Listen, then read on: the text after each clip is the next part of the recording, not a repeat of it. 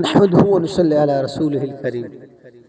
ایک مرتبہ پھر آپ حضرات کے سامنے حاضری ہے۔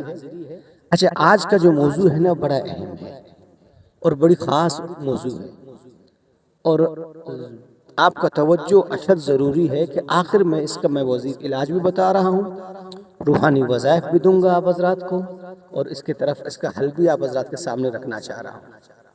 دیکھیں، آپ کے آس پاس میں، رشتہ داروں میں، یا آپ عامل ہیں علاج کر رہے ہیں، یا آپ کے اللہ نہ کرے کہ گھر کے اندر کوئی ایسا پیشنٹ ہے، ایسا مریض ہے، جی ٹیسٹ کر رہے ہیں، ٹیسٹ کلیئر آ رہے ہیں، یہی ہے کہ مسلسل علاج میں ہے، کوئی خاص رزلٹ نہیں آ رہا، اور اس سے بھی بڑی خطرناک بات یہ ہوتی ہے کہ جی ڈاکٹر ایک مسئلے کے پیچھے لگا ہوا ہے، یعنی حل کرنے کی کوشش میں ہے، یہ مسئلہ حل ہو رہا ہوتا ہے، یہ مسئلہ حل ہو گیا، دوسرا ایشو ہو گیا۔ گردوں میں پتھری تھی، مثال دے رہا ہوں، یہ ٹھیک ہو گیا، ابھی اچانک ڈاکٹر کہہ رہے ہیں کہ LFT خراب ہے، جی جگر میں گرمائش ہے، سوجن ہے، یہ مسئلہ حل ہو رہا ہے۔ پھر کہتے ہیں جی پتہ نہیں مثانے میں سوزش ہے، کمر میں ہے، گھٹنوں میں ہے، یہ ہے وہ ہے، یعنی بڑھتے جا رہے ہیں، کم نہیں ہو رہے ہیں۔ اور یہ جو باتیں میں آپ حضرات کے آج سامنے بتا رہا ہوں، یہ جو ہاسپٹلز میں دیندار طبقہ ہے، جو بڑے بڑے سینئر ڈاکٹر ہیں، وہ ان کی زبانی ہے کہ بھی مسئلہ کہاں ہوتا ہے اور یہ مریض کہاں بھٹک رہے ہوتے ہیں۔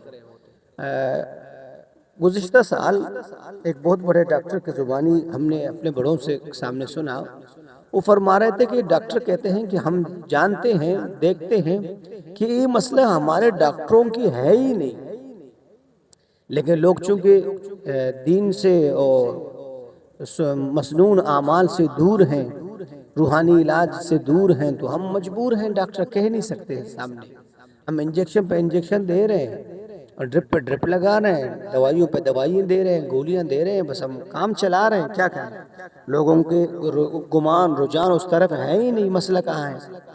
میں آپ حضرات کو بتاتا ہوں، یہ مسائل روحانی ہوتے ہیں۔ جب روحانی مسئلہ ہو، کوئی ڈاکٹر کی تدبیر وہاں پہنچتی نہیں ہے۔ دیکھو، یہاں کچھ باتوں کو سمجھنے کی کوشش کریں۔ ایک دوائیاں دے رہے ہیں، دوائی کام نہیں کر رہے ہیں۔ دوسرا یہ کام تو تھوڑی بہت کرتے ہیں، لیکن پھر مسئلہ ایشو ہو جاتا ہے۔ تیسرا یہ کہ ایک مسئلہ حل ہوتا ہے، دوسرا مسئلہ پھر سر پکڑ لیتا ہے، کوئی اور مسئلہ ہو جاتا ہے۔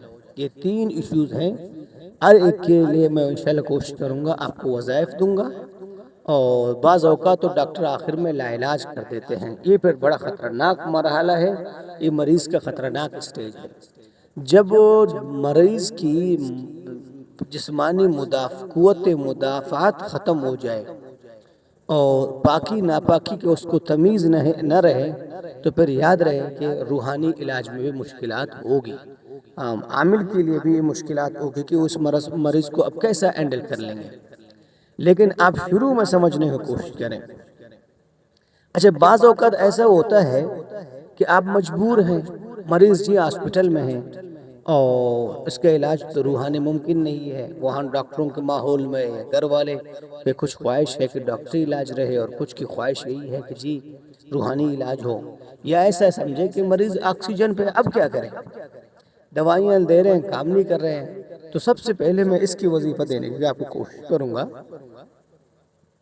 ڈاکٹر، کیونکہ جو بھی دوائیاں ڈاکٹر دیتا ہے، شریر جنات کا معاملہ یہی ہوتا ہے کہ اس دوا کے اثرات کو متاثر کر کے اپنے اعمال سے یہ کہتے ہیں، بھئی آپ مانیں نہ مانیں یہ آپ کی مرضی ہے، ہم صرف بتانے والے ہیں۔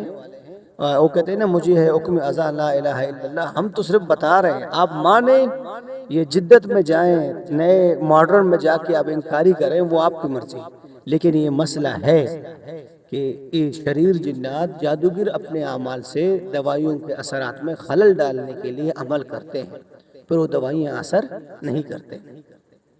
اب ہم نے یہاں جو تجربہ کیا ہے، ہمارے اساتذہ نے جو یہاں تجربہ کیا ہے کہ اس مسئلے کو حل کرنے کی ترتیب کیا ہے کہ دوائیوں کے اثرات میں خلل نہ ڈال سکے، تو اس کا حل بڑا آسان ہے۔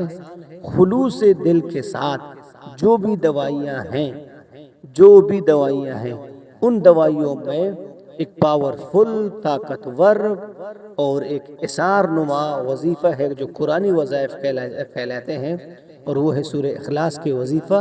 سورہ اخلاص ان کی دوائیوں پر کوشش کریں، 3 ٹائم وہ دوائیاں لے رہے ہیں، کوشش کریں 3 ٹائم پر اس کو دم کریں، ان کو دوائیوں کو، گولیوں کو دم کریں، سیرپ کو دم کریں، انجیکشن کو دم کر کے اس کو لگائیں، تو انشاءاللہ اس دوائی کو، اس ٹیبلٹس کو یا اس ٹریٹمنٹ جو بھی ہے، تو انشاءاللہ اس میں شیطانی مخلوق پھر اپنا اثر نہیں ڈالے گا۔ یہ تجربہ ہے، نوٹ کر لیں، ایک کارآمد چیز ہے۔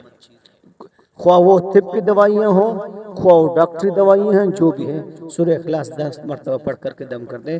3 مرتبہ جب بھی دوائیاں لیں تو سب سے بہتر ہے، نہیں تو ورنہ مجموعی دوائی کو روزانہ کے طور پر آپ دم کر کے مریض کو دیں۔ ایک مسئلہ انشاءاللہ حل ہو گیا کہ دوائیاں جی کام نہیں کرتا۔ اور دوسرا مسئلہ ہے کہ جی دوائیاں تو کام کر رہا ہے، لیکن یہ کہ مستقل طور پر ٹھیک نہیں ہوتا۔ اس کا حل آپ حضرات کی خدمت میں بتا دوں، اس کے لیے سب سے بہترین یہی ہے کہ سورہ رحمان، اگر مریض کمزور کنڈیشن میں ہے تو سورہ رحمان ہلکی آواز میں اس کو سنوا لیں، کانوں میں ہیڈ فری لگائیں، MP3 لگائیں، جو بھی لگائیں تو اس کانوں میں لگائیں، اور یہ دوائیاں بھی اس کو ساتھ ساتھ میں کھلائیں۔ تھوڑی بہت مریض بہتر ہونے لگے، چلنے لگے، تو پھر اس کے بعد مستقل طور پر اس مریض کی روحانی علاج کریں۔ اب روحانی علاج میں جادو نہیں بولوں گا، جنات نہیں بولوں گا، نظر بد نہیں بولوں گا، کیونکہ تشخیص مریض کا نہیں ہوا ہے۔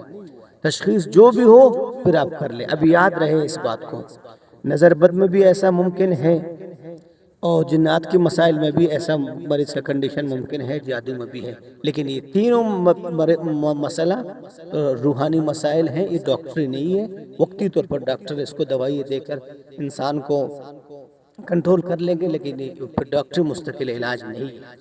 اچھا، اس کے علاوہ آخر میں آپ حضرات کو بتا دیا جی، ایک مسئلہ تو ٹھیک ہوتا ہے، یہ مکمل ٹھیک نہیں ہوا تو کچھ اور مسئلہ سامنے آیا، تو اس کے لیے میں آپ حضرات کی خدمت میں بتا دوں کہ عمومی طور پر خطرناک قسم کی نظر بد ہے۔ نظر بد عمومی طور پر مختلف ہے، اس لیے نظر بد کہتے ہیں آنکھوں کی برے اثرات کو، بے برکتی والے اثرات کو۔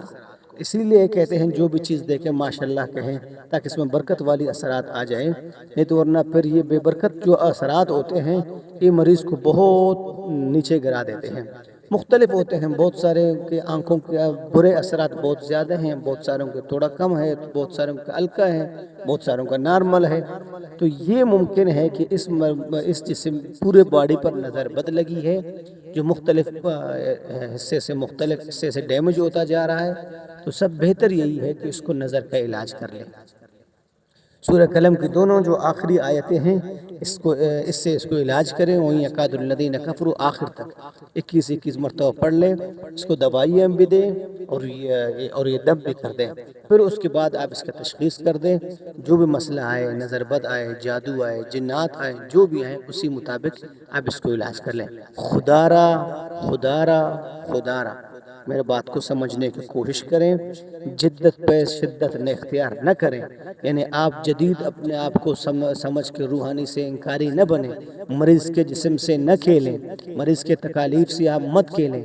ڈاکٹروں کے علاج کے لیے ہم منع جب نہیں کرتے تو آپ مہربانی کریں، قرآن کی تاثیر، قرآن کے پڑھنے میں تاثیر ہے۔ ہم یہ نہیں کہتے ہر عامل جو آپ کے مسجد کے قریب آپ کے امام ہیں، بچے پیش امام ہیں، آپ کے بچوں کے اساتذہ ہیں، استاذ ہیں، ان سے بھی دم کروا دیں، خود دم کر دیں، پاک وضو پاک ہو۔ اگر خود مریض خود پڑھ لیں تو بہت بہتر ہے، نہیں تو اس کے والدین اس کو کبھی کبھار دم کر لیں، اور لیکن روحانی علاج بھی کریں۔ کہنے کا یہ مقصد ہے۔ اگر افادہ عام کے لیے اس ویڈیو کو آگے شیئر بھی کر دیں، اور اپنے خیالات کا اظہار ضرور کمنٹس میں کر دیں۔ اسی بات پر بات کو ختم کرتے ہیں، والسلام۔